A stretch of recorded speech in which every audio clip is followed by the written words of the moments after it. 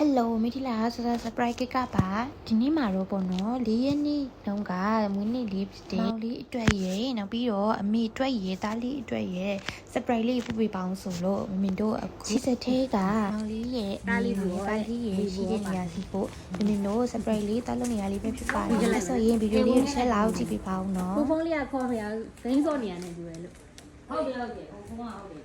ဂိမ်းဆော့။ဒါဟိုအမရတာလား။ဟုတ်တယ်အခုခိုင်းနေတဲ့ဝိုင်းတာ။မိုင်းလိုက်လာဦးတာ။ကိုမွေးနေရှင်လား။ဟုတ်တယ်။မွေးနေရှင်ဖုန်းခေါ်လို့မရဘူးဂိမ်းစော့နေတယ်တူ။အလေးကလက်ဆောင်လေးပေးခိုင်းလိုက်လို့။အလေးရဲ့အမကြံသေးရဲ့။အမိဘူရောတဲ့အမိဘူကပန်းစည်းလေး။အော်လာပြီးတော့တားလေးဘူတဲ့။လိုက်ဟာပြာနဲ့ခရမ်းနဲ့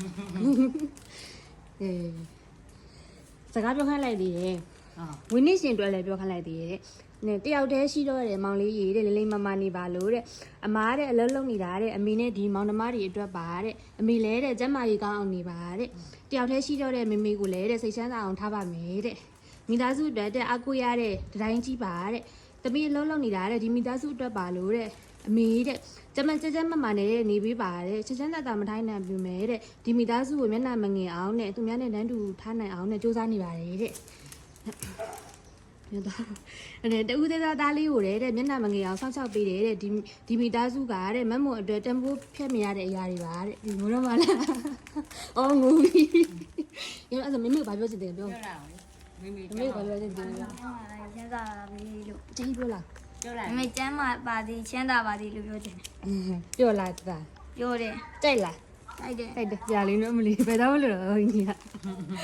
အဲ့မမေကလည်းပြောလိုက်ပါမမေဘာပြောချင်သေးလဲ။အော်သမီးလေးဒီရကတိုးတဲ့အောင်မြင်ပါစေစိတ်ချမ်းသာကိုဤကြမ်းမာခြင်းနဲ့ပြည့်စုံပြီးတဲ့ရာကျိုးနဲ့ရှိပြီးလုပ်ငန်းကြံကြံနဲ့အဆင်ပြေပါစေလို့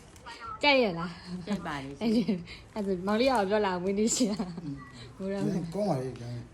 ဒီလုပ်ငန်းကံဉာဏ်လေးအဆင်ပြေရပါတယ်သဘောကျလားကြိုက်ရလားကြိုက်ပါလေမွေးနေ့ကိတ်တခြားမှာရလို့ပြောတယ်သမီးစီမှာမရတော့လို့လေဟုတ်အဲ့ဆိုရင်ဘယ်လိုခံစားရလဲတစ်ချက်လောက်ပြောလိုက်ပါဒီလိုမျိုးပို့ပြီးတော့လေနင်းနေမဲ့ပြောတာပေါ့ပြောပြီးတော့ပြည်တိလေးဖြစ်တယ်သမီးလေးကိုကြတသားလေးကပြောလာကျမ်းမာအောင်နေပါလို့စိတ်ပြောလာဖုန်းနဲ့လည်းပြောလာမမေကိုမေကျမ်းမာအောင်နေနော်